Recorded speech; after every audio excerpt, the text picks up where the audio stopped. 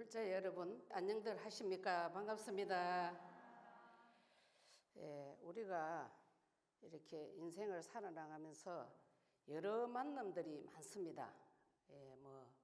각각 학생들은 각 동호회가 있고, 또 우리 보살님들은 각각 자기의 모임들이 많습니다.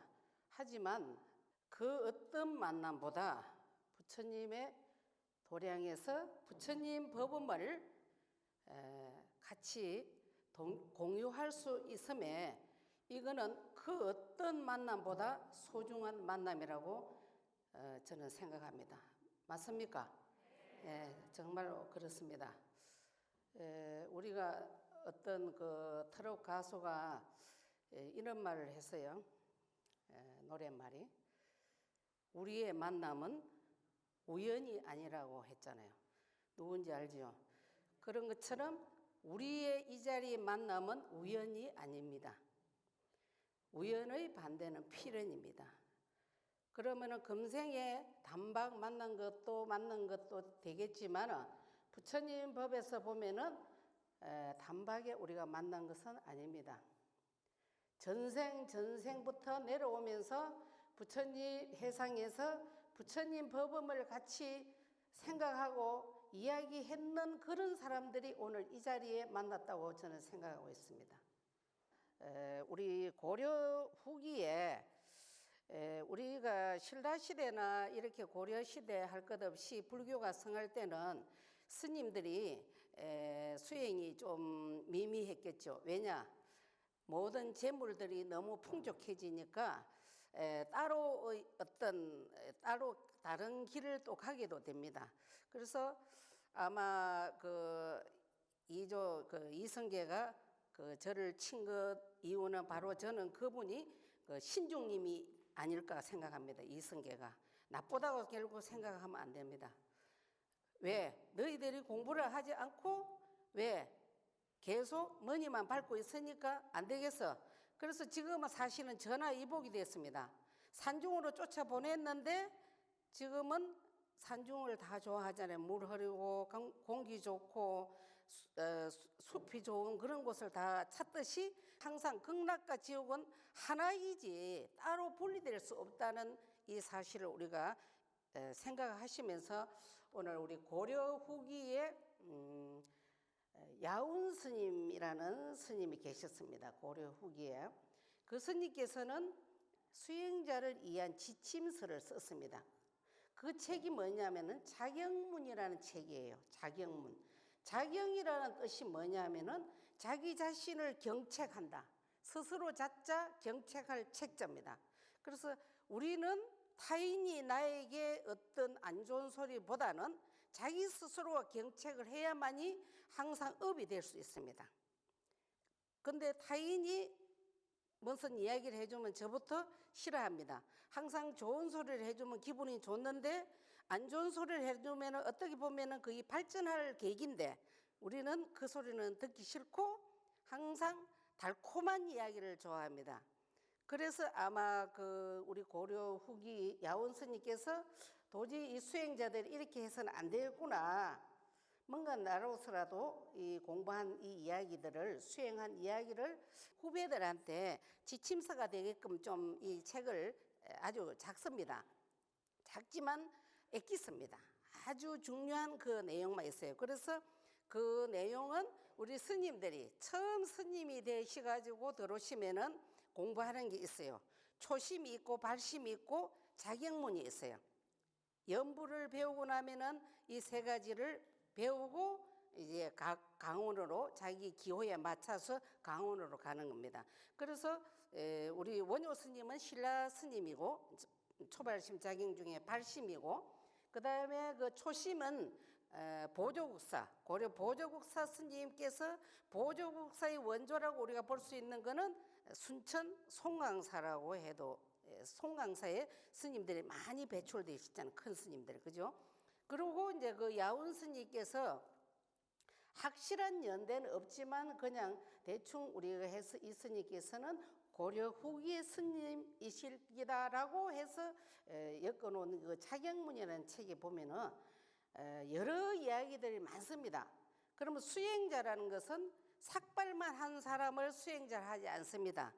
큰 개념으로 우리 모두가 이 자리에 앉은 모든 사람들이 다 수행자입니다. 그래서 수행자를 위해서 해놓으신 말씀들이 좋은 이야기가 너무너무 많아요. 그렇지만 그 이야기를 지금 이 시간에 제가 다 할 수도 없고, 그래서 저 기호에 제가 좋아하는 이야기를 같이 한번 나누면서 생각을 해보면 어떨까 하고 제가 이야기를 해볼까 합니다. 야운 스님의 말씀 다 같이 합장하시죠. 제가 개송을 한번 읊어보겠습니다. 삼일수심원 천재보요 백년 탐무란 일조 진인이라나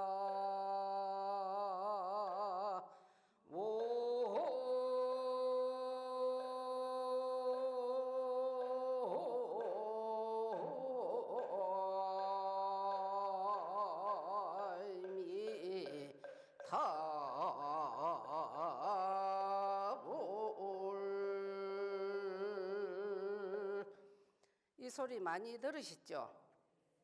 근데 굉장히 칠흥구로서 간략하고 한자도 어렵지는 않습니다만은 굉장히 우리가 실행하기는 정말로 힘듭니다. 3일이라는 것은 우리가 숫자상 오늘 내일 모레가 3일이잖아요. 그죠? 3일이라는 그 숫자는 숫자의 그 의미가 있는 것이 아니라 3일 동안 닦은 그 마음은, 그럼 3일 동안 닦은 그 마음은 30년 닦는 그 사람보다는 숫자는 적습니다만은 여기서 야은 스님께서 말씀하신 것은 그 3일을 그 의미를 강조주는 건 아니에요. 지금 이 순간이라도 내가 마음을 회심을 한다면 이 순간이라도 그러면 오늘이 되겠죠. 지금이 되겠고. 그래서 3일 동안 닦은 마음은 그럼 뭐를 닦아요? 세수매로 뭐 더러운 걸 닦는 게 아니잖아요. 탐진치를 닦는 겁니다. 탐진치를 닦는다는 거, 계속 덜 해야 된다는 거죠. 탐내고 어리석고 썩나는 마음, 이걸 우리가 삼독이라 하잖아요. 이런 마음을 우리가 덜기 위해서는 수행을 하지 않으면은 마음은 조삼모사입니다. 순간순간에 바뀌는 게 우리 마음이거든요. 그러니까 우리 야운 스님께서 3일 동안 닦은 그 마음은 천재보야, 천년의 보배가 된다 했어요. 그럼 우리 보살님들께서는 어떻게 생각하십니까? 나는 지금 절에 다니는데 부처님께 기한 지가 3일마다 30년도 넘게 됐는데 한번 자기 자신을 한번 반조해 보시면 어떨까요? 과연 나는 숫자에 점에서 내가 수행을 어느 정도 했는가? 그래서 우리가 야운 스님께서 말씀했듯이 3일 동안 닦은 그 마음은 1000년 동안 보배가 된대, 보배가. 그러면 상대꾸로 100년, 요즘은 100세 시대 안 갑니까? 100세 시대. 100년 동안 탐한 물질은, 물질은 뭐 머니부터 시작했고 이 현상계에서 유기체로 모든 보이는 그 자체는 다 물질이잖아요. 그죠? 100년 동안 탐한 그 모든 재산과 모든 그런 것들은 뭐 된다? 하루아침에 티끌이니라. 티끌은 우리가 강풍이 안 불어도 티끌이 이래 있으면 한 번만 불어도 티끌은 날아갑니다. 그죠? 그래서 이것은 우리 야운 스님께서 뭐를 강조하기 위해서 이런 말씀을 하시느냐 하면은 저 자신이 나타일을 하고 또 욕심이 많이 불어날 때 제가 이 야운 스님의 많은 글귀 중에 지금 이 말씀을 제가 대색입니다. 그래, 야운 스님께서 하신 이 말씀을 네가 한번 더 새겨보자 라고 생각을 하면은 저 자신이 많이 부끄럽습니다. 그래서 우리 야운 스님께서는 초심자를 위해서 이렇게 3일 수심은 천재보요 100년 동안 모은 이 재산들은 하루아침에 틱거리니라 이렇게 하신 겁니다. 그럼 우리가 항상 초심의 마음이 오래 못 갑니다. 그렇죠? 오늘 우리가 이제 불교 방송에 이렇게 방영되고 이래 할 때는 아 그래 맞아 뭔가 베풀면서 좀 살아야지 그지? 이래 하면서도 우리 사람은 이 계단만 다 내려가면 이제 끝입니다. 이 마음 먹었던 것을 금방 다 잊어버려요.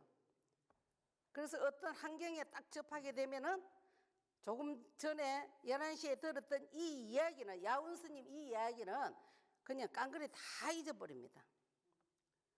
거기서 인간은 망각의 동물입니다. 망각이 없다면 인간은 머리가 터져서 못 삽니다. 잊을 때는 다 잊어야 됩니다. 근데 우리는 어때요? 좋은 거는 늘 간직해야 되는데 좋은 거는 잊어버리고 뭐예요? 나쁜 것은 이게 잊어지질 않습니다. 물이 너무 깊이 들었기 때문에 빨리 그 물이 나가지를 못한다는 거죠. 그 야운 스님의 말씀은 우리가 나날이 지금 이 순간도 내 마음을 자꾸 다스리고 남이 부처님이 스님이 다스려 주기를 바라기보다는 늘 기도하시면서 부처님이나 아니면 가정에서 기도하실 때도 기도 끝에 발언문을 하셔야 됩니다. 부처님, 저 A가 정말 살아나가는데 탐진치를 조금씩 드러나가 오늘은 예를 들어서 이 정도 내일은 이 정도 단박에 갑자기 다 이렇게 비우기보다는 점차적으로 예를 들자면은 어떤 보시하는 계기가 되면은 보시도 조금 하시고 노인이 힘들어 하시면은 들어줄 수 있는 그것도 보시거든요.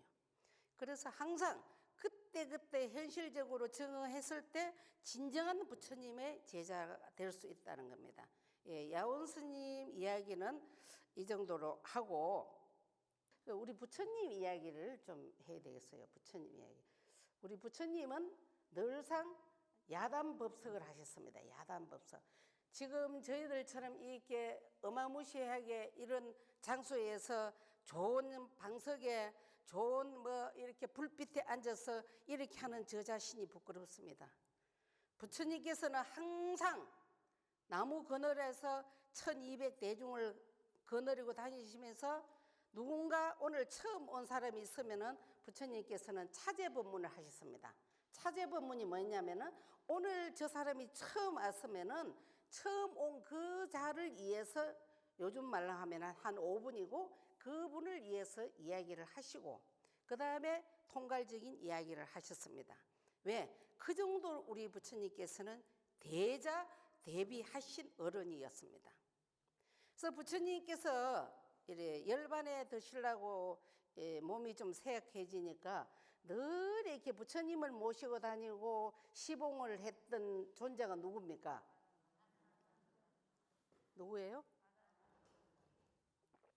예, 부처님의 인척인 사촌 동생 안한존자, 그죠? 그래서 늘 이렇게 부처님을 시봉을 하고 자리를 잘 정리해드리고 발도 씻겨드리고 그래서 그 안한존자가 그 어떻게 했느냐면은 부처님께 가까이 가서 이렇게 이야기를 했습니다. 세존이시여, 당신께서 몸이 쇠약해지시고 열반에 드신다면 저희들은 어떻게 수행을 하면 좋을까요? 이렇게 이야기를 했어요. 누가? 안한존자가. 그랬더니 부처님께서 뭐라고 하시느냐면은 부처님이 마지막 유언에 뭐라고 하셨을까요? 자등명 법등명 하라. 이 이야기도 하셨지만 부처님이 이 이야기 하시기 전에 조용하게 또 하신 이야기가 있어요. 의계 이사하라. 이게 무슨 소리냐면은 의지할 의자에다가 계율 개자, 그 다음에 삼을 위, 그 다음에 서승사, 의계 이사하라. 그러면은 계율을 의지해서 뭐를 삼아라? 서승을 삼아라. 내가 몸이 쇠약해서 열반에 든다고 해서 너희들이 걱정할 것이 없어.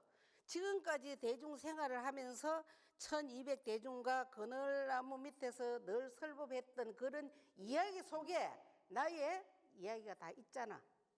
대중이 있을 때는 이래 해야 된다. 그 다음에 질서를 어떻게 지켜야 된다 라고 이야기를 다 하셨거든요. 그래서 그 의지, 계율을 의지하고 그 계율에 의지한 거기에다가 뭐를 삼아라? 스승을 삼아라. 나처럼 그렇게 여기라. 그리고 또 이제 부처님 뭐라 하시느냐면은 너 스스로 밝혀라. 자등명에는 스스로 자자 등불등 밝을 명자입니다. 너 스스로 밝히라. 제가 야운 스님 이야기하기 전에 이야기를 좀 했잖아요. 정책이라는 것은 스스로 경책하는 겁니다. 마찬가지로 자등명도 스스로 밝혀야 됩니다. 우리가 어떤 의타, 부처님을 의지해서 기도도 하고 보시도 하고 많이 하지만 그 어떤 물질은 우리가 어떤 환경을 구성하기 위해서 물질을 보시하고 하지만 가장 중요한 핵심은 우리 스스로가 공부를 하고 우리 스스로가 캐슈마크를 가져가지고 늘 어떻게 해야 됩니까? 자신에게 물어야 됩니다. 자신에게. 그래서 그거를 뭐라 한다? 자등명, 법등명. 법이라는 것은 진리를 말합니다. 진리는 바로 부처님께서 계속 하셨던 그 말씀이 진리잖아요. 그렇게 하시면서 부처님이 서비스로 또 뭐라고 하시느냐면은 합장을 한번 하고 한번 읊어볼까요? 아시는 분은 아실 겁니다. 범소유상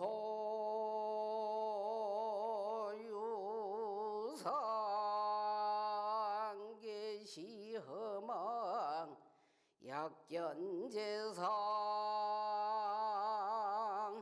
비상적견열애니라라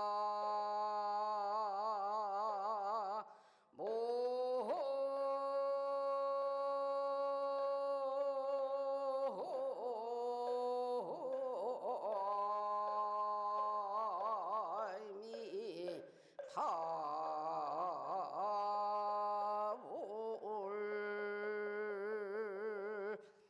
범소유상 계시허망 우리가 건강경의 제5품에서 나왔어요. 건강경. 근데 부처님께서는 밑에 두 소절은 하시지 않고 계시허망이니라 이 소리만 하셨더라고요. 그 법구경의 경전에는 범소유상이 무슨 뜻이냐 하면은 범소 있는 바 이 컵은 지금 하얀색으로 꽃이 나해진 이 그릇으로 구성되어 있지만 이 컵은 영원한 이 컵으로 존재할 수 있습니까? 지금이라도 제가 너를 떨이면 이 물도 다 쏟아지고 물도 고요하게 그대로 있는 건 아니에요. 어떤 물체고 어떤 모양다리고 어떤 것도 영원히 존재하는 건 없어요. 그리고 보살님들께서 연세가 들면 저부터라도 사진을 찍지 않으려고 합니다. 왜 그런 줄 아시죠? 주름이 이제 점점 생기고 그러다가 팔자주름까지 생기니까 정말 보기가 뭐하잖아요. 그죠? 그래서 옛날 자기 젊을 때 사진을 이렇게 옆에 놓고 봅니다. 근데 제가 놓고 보거든요. 제가 20대 놓고 봅니다. 이렇게 순박해 했을 때도 있는데 지금은 왜 이 모양이 있냐? 그게 뭐죠? 탐진치가 가득 차가지고 모양이 달라진 겁니다. 그러면 제가 살도 쪘겠지만 뭐예요? 눈하고 입이 달라집니다. 그래서 고유불변한 것은 다 그대로지만 제가 뭐라 했어요? 눈하고 입은 변한다 했잖아. 눈하고 입은 변합니다. 그래서 어때요? 누가 그라데 나와서 눈하고 입은 자기가 스스로 하루에 입을 50번 만치고 눈을 50번씩 만친다면은 올라간다 하대요. 뭐 피부학자겠죠. 그런데 그거는 뭐인가? 그거보다 가장 중요한 건 뭐다? 스마일. 자기가 자기 거울을 보고 웃는 모습으로 계속 웃는다면 최고 보약이 뭐다? 웃음이잖아요. 최고 보약이 웃음입니다. 웃음을 웃다 보면 웃을 일이 생긴다 하잖아요. 그래서 처음 딱 우리가 대면했을 때 이분이 많이 웃는다 안 웃는다는 것은 어디에 나타나요? 얼굴에 탁 나타납니다. 근데 인물은 굉장히 좋은데 뭔가 상이 우리 경상도 말로 하면은 우거지상입니다. 그건 왜? 너무 욕심을 가득 채우기 때문에 채워지지 않기 때문에 늘 화가 나는 겁니다. 화가 나기 때문에 어디에 그게 드러납니까? 얼굴에 드러납니다. 밝지를 않아요, 얼굴이. 그래서 항상 자기가 자기 거울을 화장을 하고 웃어보세요. 화장을 하고 웃으시면은 아까 웃지 않을 때의 나의 모습보다는 몇 배로 낫다는 것을 아실 겁니다. 그래서 부처님께서는 뭐라고 이야기를 하시느냐면은 범소유상, 무릇, 이건 하나의 그냥 접두어입니다. 무릇 모든 것이 있는 것은 계시 허망이라. 이것은 다라는 것은 모두 다 없어지니라. 허망하단 말이에요. 고로 허망하니까 그냥 막 써라는 의미가 아니죠. 지혜롭게. 불자는 지혜를 배우기 위해서 부처님 도량에 왔지, 돈을 벌기 위해서 부처님한테 와서 빈다든지 기도를 한다든지 공부를 한다는 것은 잘못 배움입니다. 뭐 하기 위해서 온다? 우리는 부처님의 지혜를 우리가 배우기 위해서 매일 기도를 한다든지 아니면은 한 달에 2번 오신다든지 그 의미가 가중되어야지 자기 발전이 있지. 한 2달 다니고 저 옆에 큰 빌딩 하나 살까 했는데 못 사면은 그냥 그때부터 쭈그러집니다. 어떻게 내가 하느냐에 따라서 소원이 이루어질 수 있고 못 이루어질 수 있지, 그 절만 소원이 이루어진 절이라면은 부처님의 사상은 아니라고 보셔야 됩니다. 그래서 한 군데 우리 속담이 있잖아요. 운물도 한 운물을 오직 계속 파다 보면은 석간수가 나올 수 있는데 그냥 533 짝을 모아가지고 여 한 번 왔다가 여 별로 얻을 것이 없어? 그럼 또 저 절에 쫓아가 저 절에 가서 있어 봤더니 별로 얻을 것이 없어. 그 스님이 유명하다고 했더니 별게 없더란 말이에요.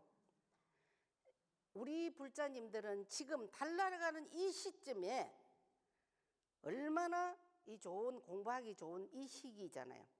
그러니까 요즘은 매체가 얼마나 좋습니까?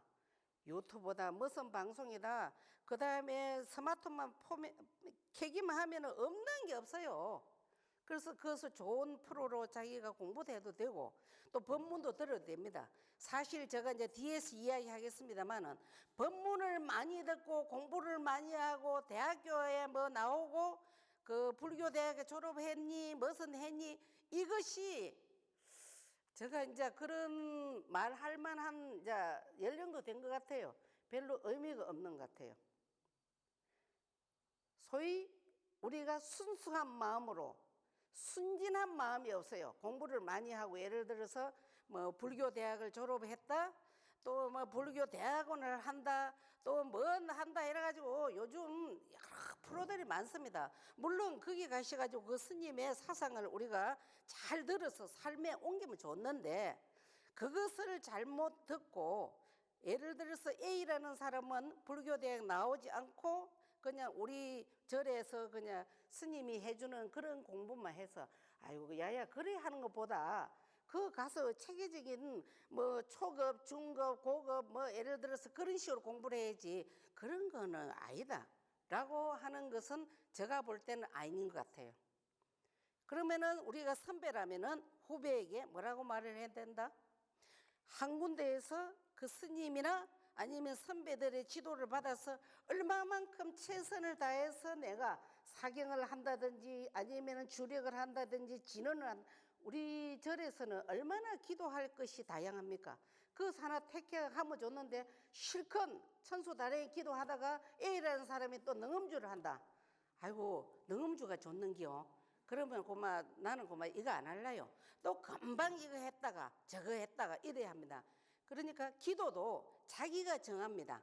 예를 들어서 내가 강명진언을 요번 참에는 108을 매일 하면서 100일간 해봐야 되겠다. 이래서 자기가 정해가 자기 스스로가 해서 100일 채워가지고 옆에서 아무리 이야기를 해도 동조가 안 돼야 되는데 한 3일 또 해놓고 옆에 사람 또 가면 금방 또 부하내동으로 그 또 쏠립니다. 이게 이런 신도님들은 오늘 오시지 아니하신 것 같아요. 계속 그래도 비가 오나 눈이 오나 바람이 불어도 오시는 신도님들만 오늘 오신 것 같습니다. 그야말로 제가 잘 쓰는 문자로 엑기스 신도만 오신 것 같아요. 그래서 건강경에서 한 이야기를 끝에 또 하겠습니다. 약견재상, 만약에 약이라는 것은 만약을 예를 들자면 이 소리입니다. 만약에 모든 상의 모양다리에 이 소리죠. 상이라는 것은 모양이 다 각각 달라요. 여기 앉아 계신 분들이 모양이 다 다릅니다. 인성도 다 다르고 성격이 다 달라요. 그죠? 그래서 모든 상이 아니라는 것을 본다면, 예를 들자면은 이것은 예를 들어서 사기로 되었습니다. 사기를 다시 갈아서 다른 모양으로 만들 수 있죠. 만들 수 있잖아요. 숟가락을 넣을 수 있는 숟가락 받침을 할 수도 있고 접시로도 만들 수가 있어요. 그러니까 이 상에 집착을 하면 안 된다는 거죠. 이 상에. 이 컵은 영원한 컵이라야 된다는 이 집착을 버리라는 것입니다. 그래서 우리 보살님들이 계를 받습니다. 수계를 받으셔가지고 제가 평소에 했는 이야기입니다만은 계를 파괴를 할 수 있을 때는 계를 파할 수가 있어야 됩니다. 제가 그런 말씀 드렸죠. 계를 받아가지고 삶에 지혜롭게 살으라고 계를 받는 것이지 계에 집착하라고 계를 받는 건 아닙니다. 그렇죠? 그래서 여기 보면은 약견재상 비상이라는 것은 상이 아니라는 것을 내가 본다면, 이 상이 영원한 이 상이 아니라는 것을 생각한다면 곧 바로 이 소리입니다. 그 생각을 안다면은 누구를 볼 수 있다? 열애는 부처님을 말해요. 그죠? 열애를 볼 수 있나니라. 왜? 상에 집착하지 않고 내가라는, 내다, 너다라는 이런 모든 상을 벗어난다면 순수한 무고한 그 정신이기 때문에 열애를 볼 수 있다. 그러면 열애는 사가모니 부처님만 열애냐? 아니잖아요. 열애는 A도 되고 B도 되고 C도 되고 자신도 되는 겁니다. 뭐만 할 수만 있다면, 깨달음을 얻어서 수행의 힘만 얻으면 열애는 다 열애가 될 수 있다는 겁니다. 무슨 의미인지 아셨죠? 그래서 부처님께서 아란존자에게 너희들이 그래 걱정하지 마라. 평소에 내가 했던 계율에 의지해서 스승을 삼고 너 자신들을 잘 밝히고 그 다음에 지금까지 내가 이야기한 1200대중을 같이 다니면서 했던 모든 그런 이야기들 그 자체가 바로 진리거든요. 부처님께서 야단법석을 하셨지만 그 자체에서 그냥 흩은 소리가 아닙니다. 그죠? 그래서 그 자체에 스승을 삼고 깨달으면 된다라고 하셨습니다. 이제 부처님 이야기는 이 정도로 했고요. 앞에 야운 스님과 비슷한 비유법을 한 가지 더 제가 해볼까 합니다. 중국에 당송 8대가가 있습니다. 중국 그 당나라 시대는 송나라나 그때는 시인들이 굉장히 많았습니다. 그 시인들이 많고 문학가가 많다는 것은 사회가 혼잡하다 했잖아요. 사회가 혼잡하면은 상대적으로 문학자가 많습니다. 그렇죠? 그래서 당송 8대가라고 유명한 그 8명 중에 넘버1이라고 할 수 있는 백거이라는 사람이 있었어요. 그 이름은 백거이고 그의 자는 자가 더 유명해요. 낙천이에요. 백낙천이고 그의 호는 향기 향자 매산자 향산거사. 그래서 이분은 요즘 말로 하면은 금수저로 태어난 사람입니다. 금수저로. 자, 부잣집에 재벌집에 태어났죠. 그따가 당송 8대가 아주 시인으로서 최고 가는 시인이죠. 그 다음에 뛰어난 머리가 있어가지고 정치인입니다. 그래서 요즘 말로 하면 금수저예요. 누가? 백낙천이 금수저입니다. 금수저인데 그 사람을 그냥 안 놔두잖아요. 같은 동네라든지 아니면은 근교의 동네에서 그 사람을 이제 청구를 합니다. 아, 유명한 사람이 있는데 저 사람이 영도구청으로 요번에 앉힙시다. 예를 들자면은 그렇습니다. 그래서 백낙천이 유명하니까 뭐라 하냐면은 항주, 중국 항주를 또는 무슨 말로 쓰느냐면은 항저우라 해요. 항저우. 항저우나 항주나 똑같은 의미입니다. 항저우에 그 자서로 이제 보냈습니다. 자사. 우리를 옛날에 하면 도지사 좀 되겠죠. 그래서 이 저 항주로 누가 백낙천이 청구가 됐어요. 그래서 가서 어느 정도 정계를 이야기를 다 척근한테 듣고 누가 백낙천이 듣고 이미 와서 이야기를 다 들었겠죠. 그게 항주에 여기 항주에 진망산이라는 산 아래에 아주 유명한 큰 서성이 또 말하면 고성이 있다고 했어요. 아 그렇구나 하고 그 누구냐면은 백낙천이 어느 날 날을 잡았습니다. 날을 잡아가지고 진망산 아래에 그 작소 도림선사라는 스님이 계셨어요. 왜 작소냐면 호가 작소입니다. 까치 작자 새집 소자. 까치 새집 소자는 누가 사는 곳이에요? 조류가 사는 곳 아니에요. 까치나 새나 까마귀나 할 것 없이. 그죠? 그래서 도림선사 호가 작소 도림선사예요. 왜 그러냐면은 이 스님께서는 저처럼 잘 졸았는지 땅에서 앉아 있으면 잘 졸았는지 바닥에 앉지 않고 늘 소나무 위에 튼튼한 소나무 위에 올라가셔가지고 자선을 하셨어요. 자선을 하시다 보면은 소나무에서 많이 졸면 어떻게 되겠습니까? 떨어지겠죠. 옛날 우리 고성들은 우리나라 고성들도 큰 바위, 높은 바위 위에서 자선을 하셨습니다. 그 다음에 우리 경봉스님께서는 항상 공부하실 때는 바늘 있죠. 바늘이나 송곳을 갖고 공부를 하셨답니다. 그 바늘과 송곳을 어디에 가지고 공부를 하시느냐면은 턱 있잖아요. 턱 밑에다가 이 바늘이나 송곳을 턱 밑에 두면은 졸면은 아프겠습니까? 시원하겠습니까? 아프죠?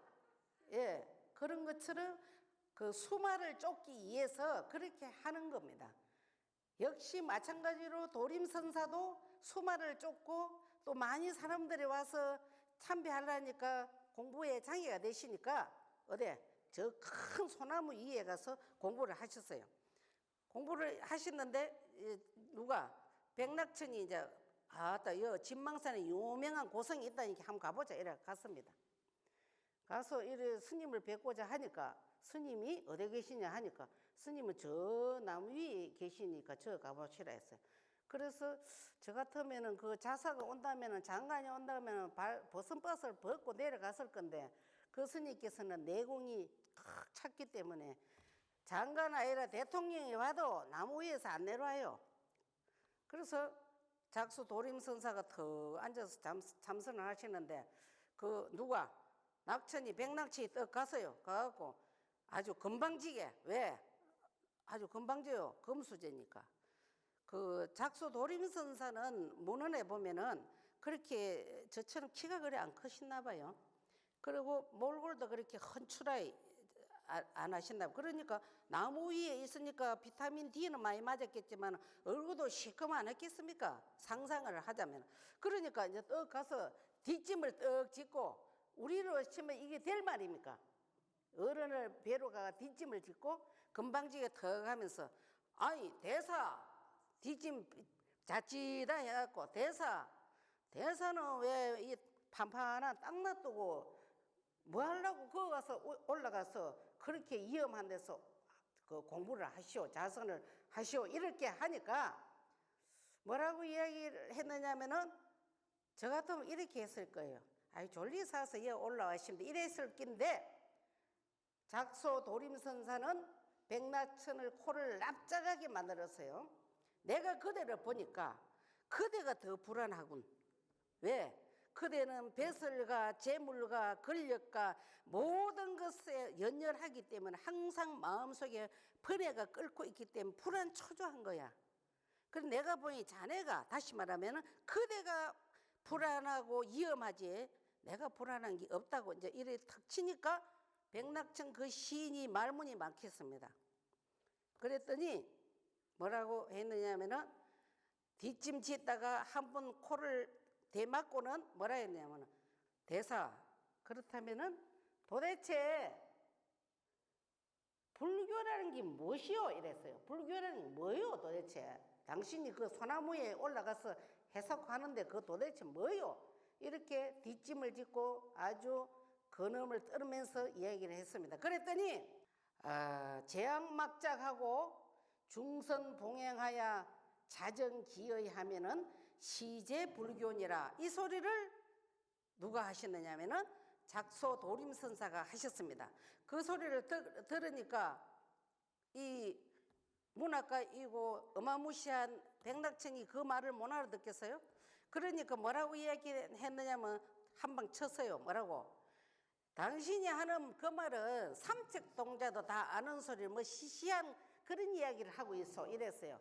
그랬더니 우리 작소 도림선사가 백낙천한테 한 방 칩니다. 뭐라 했나? 그대가 말한 그거는 누구나 다 알 수는 있지만 80노인도 그 어떤 일을 뭐 하기는 어렵더라? 실행하기는 어렵더라 이 말을 했습니다.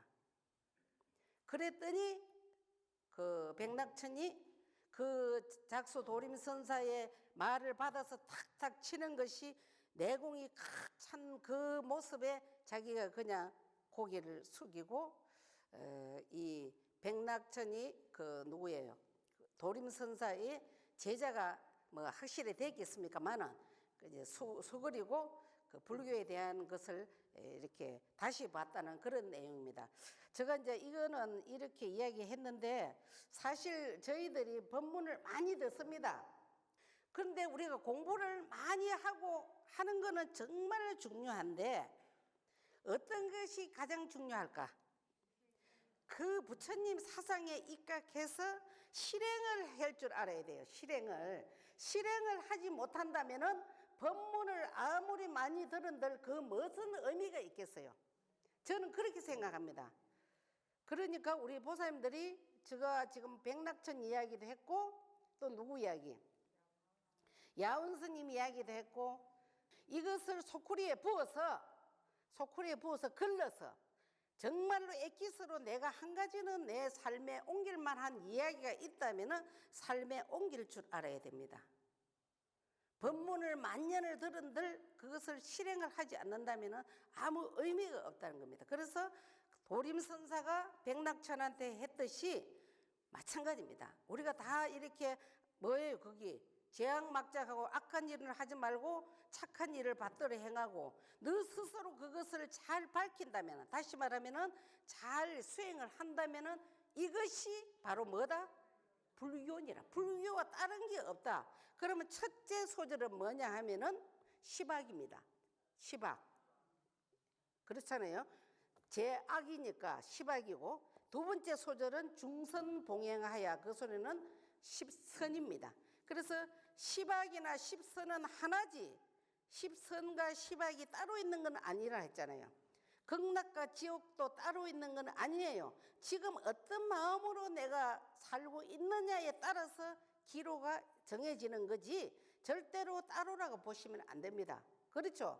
그래서 이런 마음으로 우리가 법문도 들으시고 매일매일 기도를 하신다면은 날로 불자로서 부처님 제자로서 진일할 수 있는 그런 제자가 아닐까 싶어요. 그러니까 제가 오늘 이렇게 이야기를 했더니 백낙천이 뭐라 했냐면은 이런 시시한 얘기를 하니까 그 스님께서 이렇게 말씀하셨어요. 제약막장하고 중성 봉행하여 자정기여하면은 시제 불기원이라, 이거는 칠불통계를 합니다. 칠불통계. 역대 7번 부처님께서 보편 타당한 진리의 말이에요. 그래서 불교가 따로 있는 것이 아니라 선악을 잘 어떻게 우리가 구별해서 수행하느냐에 따라서 그 의미가 있는 것이지, 7번 부처님께서 칠불 이야기를 했습니다마는 그 이야기를 어떻게 내가 삶에 옮기지 않으면 아무 의미가 없습니다. 그래서 부처님 우리 역대 칠불도 그렇게 하셨지만 이 이야기는 우리 작수 도림선사가 지어낸 이야기는 아니에요. 도림선사가 이미 부처님 사성에 가득 찼기 때문에 이 이야기를 백낙천이 까보니까 이 이야기를 해서 불교는 시시하게 느낄 수도 있지만 일반적으로 굉장히 쉬우면서 지키기는 힘이 든다는 이런 말씀을 언지하신 것 같습니다. 아무튼 2차 2년 공덕으로 우리 불자님들의 가정마다 부처님의 은혜가 가득하시고 하신 일에 장애가 없으시기를 바라면서 저는 오늘 이 법문을 마칠까 합니다. 다 같이 성불합시다.